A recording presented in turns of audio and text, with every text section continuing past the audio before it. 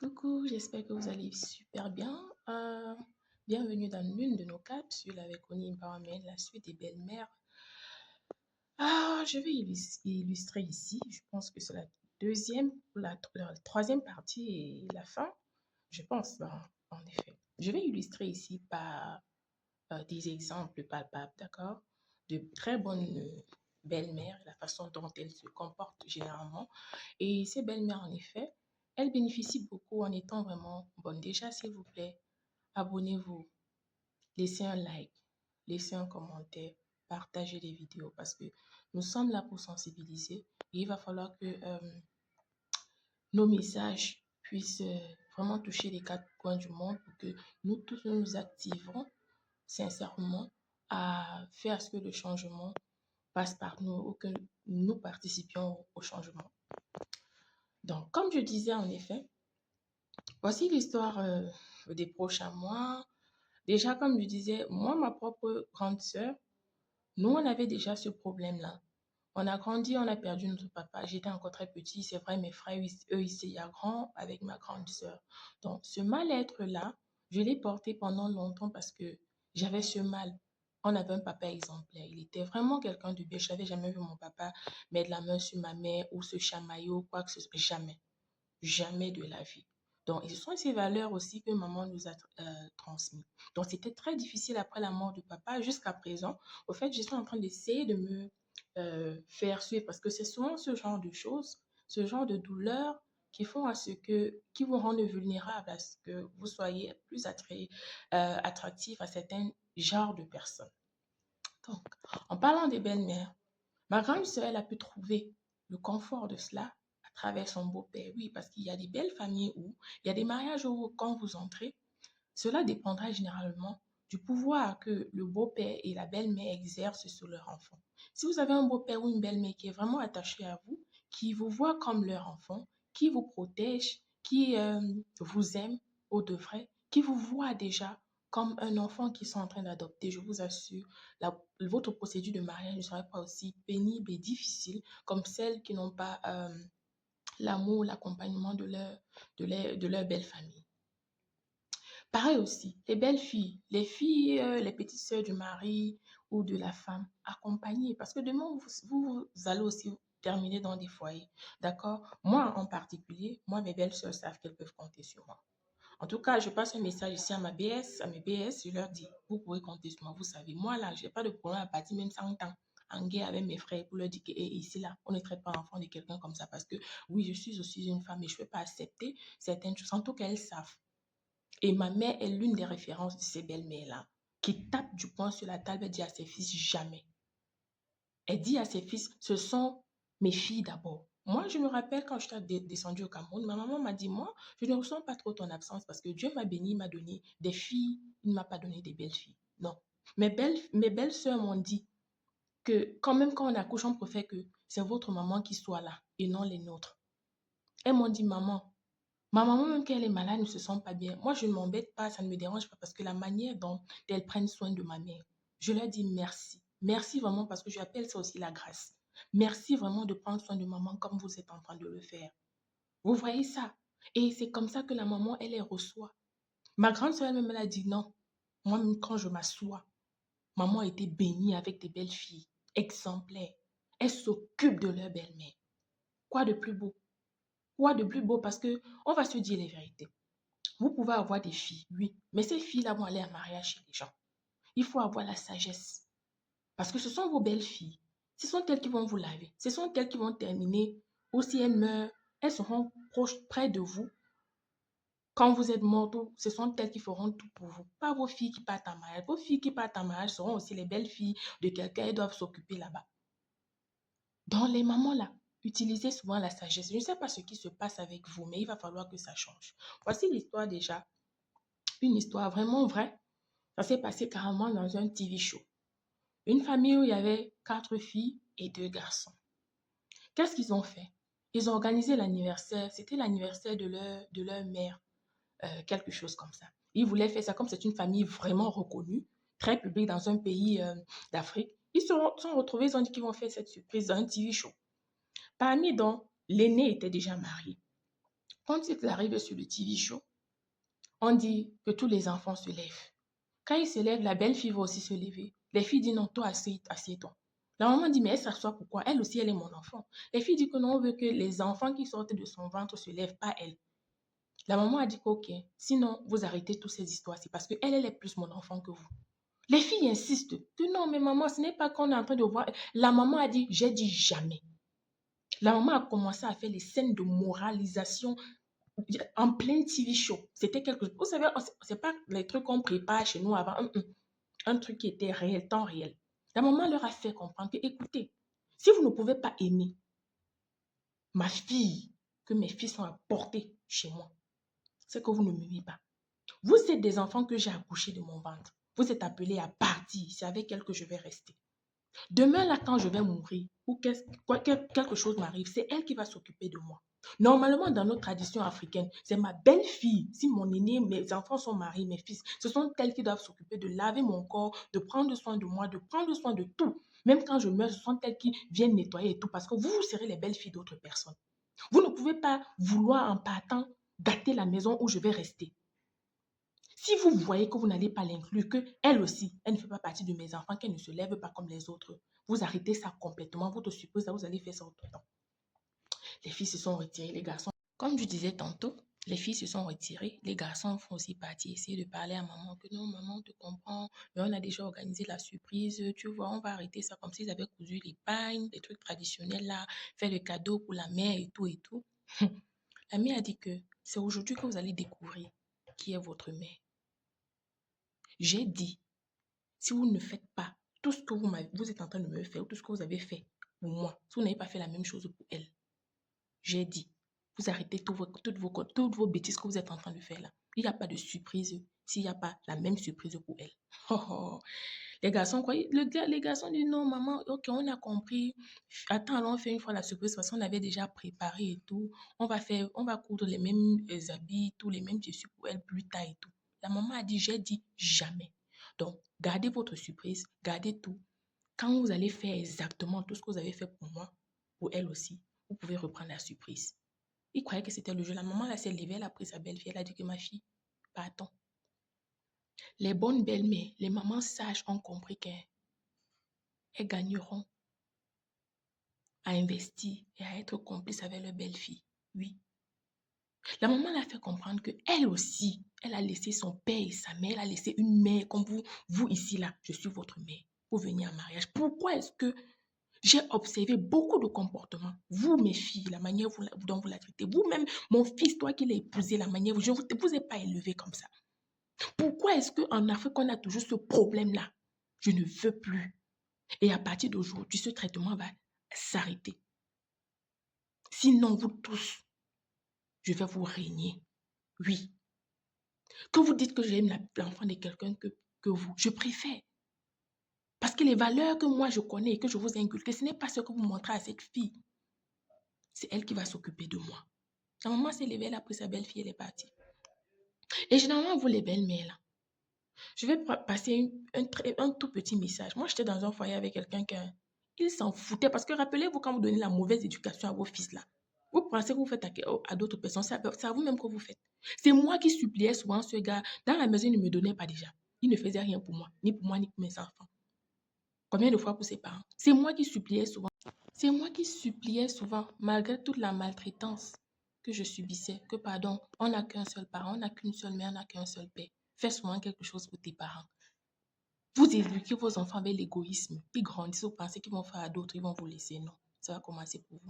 Donc, comme je disais en effet, l'une des prédispositions pour que vos mariages fonctionnent, il va falloir que les belles-mères et les belles-filles puissent s'entendre. C'est souvent plus facile. Quand il y a déjà cette alchimie entre la belle-mère et la belle-fille, je vous assure, le mariage est prompt à réussir parce que le fils saura que, avec une certaine autorité que les parents ont sur leur fils, voyant comment sa mère ou ses parents s'entendent avec sa famille, ne pourra pas vous faire certaines choses. C'est comme ça que cette histoire s'est terminée. J'ai aussi une amie à moi, vraiment très proche. Sa maman lui fait des misères. Elle souffre tellement. Elle en parle au mari. Le mari se bat. Tu vois, le mari essaye de fois. Quand c'est chaud, il lui se lève, il fait, mais ça ne suffit pas. Pourquoi est-ce que vous faites des misères avec à vos belles-filles? Au point où mon amie, là, elle a une fille de 5 ans. La fille, un jour, elle dit à sa grand-mère, grand-mère, est-ce que tu aimes ma mère? La grand-mère dit oui. Elle dit que non. Est-ce que tu aimes ma mère comme tu aimes mes tantes? La mère s'est mise à rire. Après, elle dit que ouais, les enfants d'aujourd'hui parlent beaucoup, ouais, parce que l'enfant a vu. Même les petits-enfants voient. La sœur de son mari, un jour, elle est venue dans la cuisine, lui dit que vraiment, j'aurais aimé, je ne sais pas comment toi tu parviens à faire pour nous subir tous, ma mère, mes frères et tout. On entre chez toi n'importe comment, on fait ce qu'on veut et tout. Franchement, moi je pense si j'étais à ta place, il va falloir que non, tu convainques ton mari, vous partez vivre très loin de nous parce que ce n'est pas une vie. Même moi, même si je suis mariée demain, je ne pourrais pas accepter ça. Je t'assure. Pendant qu'ils étaient en train de parler, la mère a surprise, elle entre. Quand elle entre comme ça, elle dit que pourquoi? Hein? Elle est l'épouse de mon premier fils, ils ne vont aller nulle part. Hein? Ils partent loin de moi, pourquoi? Je dois avoir la lassitude de toujours venir chez mon fils faire parce que c'est mon enfant et tout et tout, tout. Sa fille lui a dit que, mais maman, ça c'est cynique, c'est pas normal. Ils doivent avoir leur paix, ils doivent avoir leur intimité. Elle dit que pourquoi? Pourquoi? C'est comme ça que ça doit être. Entre-temps, il y a eu une histoire où l'une de ses filles avait la belle-mère dérangée un peu. Elle s'assoit et dit que la belle-mère est mauvaise et tout. Mon amie l'a dit qu'elle a seulement regardé comme ça, que comparé à ce que toi tu fais. Parce que oui, c'est toujours facile de voir ce que l'autre fait. Mais vous ne vous posez pas les questions, qu'est-ce que vous-même vous faites aux enfants des gens. Il y a une autre histoire de belle-mère toujours. Cette belle-mère, elle avait son fils. Son fils s'est marié. Vous comprenez un peu. Maintenant, dans ça, on a déjà certains préjugés, même quand on se marie, que on a une certaine, on se retient souvent de ne pas trop entrer dans la belle famille parce qu'on a peur, généralement, parce qu'on portrait toujours ça de négatif. La fille ne savait pas préparer. La maman, tout le temps, elle voyait toujours son fils, tous les soirs, venait chez lui manger. Quand elle demande, le fils ne dit rien. Un jour, l'ami du fils a jeté le beau, quoi. Il a dit à la mère que non, et le fils n'était pas au courant. C'est comme ça que la mère commence à inviter la fille, la belle-fille, que non, viens m'aider à préparer pour la réunion et tout. Le fils, sachant que sa femme ne sait pas préparer, il couvrait sa femme que non, maman, ainsi de suite et tout et tout. Pour finir, la maman a dit que non, elle va seulement venir m'aider à découper les choses, ne te dérange pas. C'est comme ça que la fille arrive. Première séance. La maman a fait trois mets. Ils ont préparé. Pendant que la fille découpe, elle finit de découper, la mère dit que mets telle chose dans la marmite, mets telle chose, ainsi de suite. Et la maman a fini, elle a mis dans les bols, mettre. La fille demande que, mais ta réunion qui vient, elle dit que non, il vient souvent très tard. En tout cas, comme on a fini, toi rentre, ma réunion va venir, la fille rentre. La maman avait mis la quantité qu'elle sait qu'après 2 semaines, ça va finir, non? Pendant les 2 semaines que la nourriture était chez lui, là, le fils ne passait pas. La maman a compris là où le problème sortait. Entre-temps, après 2 semaines, elle dit encore que ma réunion là va venir, la fille vient. Elle dit que tu te rappelles la sauce qu'on avait préparée, il faut qu'on prépare encore. La fille, maintenant, au fur et à mesure que les choses se passaient, elle a dit que maman, je me rappelle comment on faisait telle chose, la fille prépare. Je me rappelle que c'est comme ça que la fille a commencé à préparer. Son fils ne venait plus chez elle. Vous, les belles-mères sorcières, que vous ne voulez pas vous détacher de vos enfants là. Vous avez donc accouché des garçons. Pourquoi? Si vous ne voulez pas qu'eux aussi pérennissent leur lignée. Hein? Il faut qu'on se dise les vérités. Si vous ne voulez pas que vos fils se marient, ne permettez pas qu'ils se marient.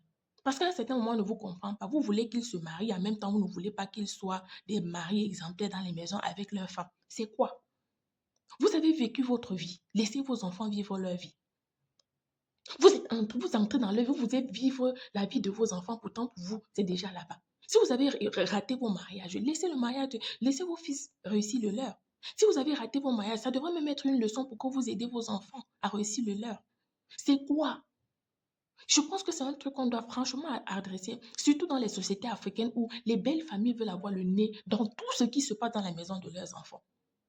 Les enfants n'ont pas le temps d'avoir leur intimité. Les enfants n'ont pas le temps d'avoir une vie paisible.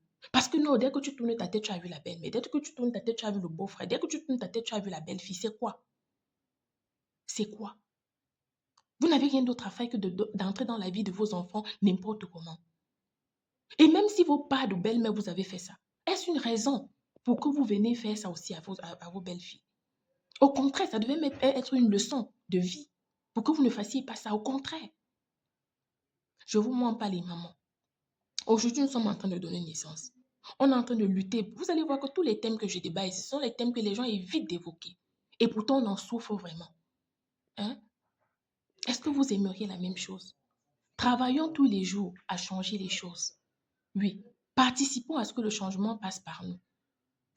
Apprenons à nous détacher de nos fils.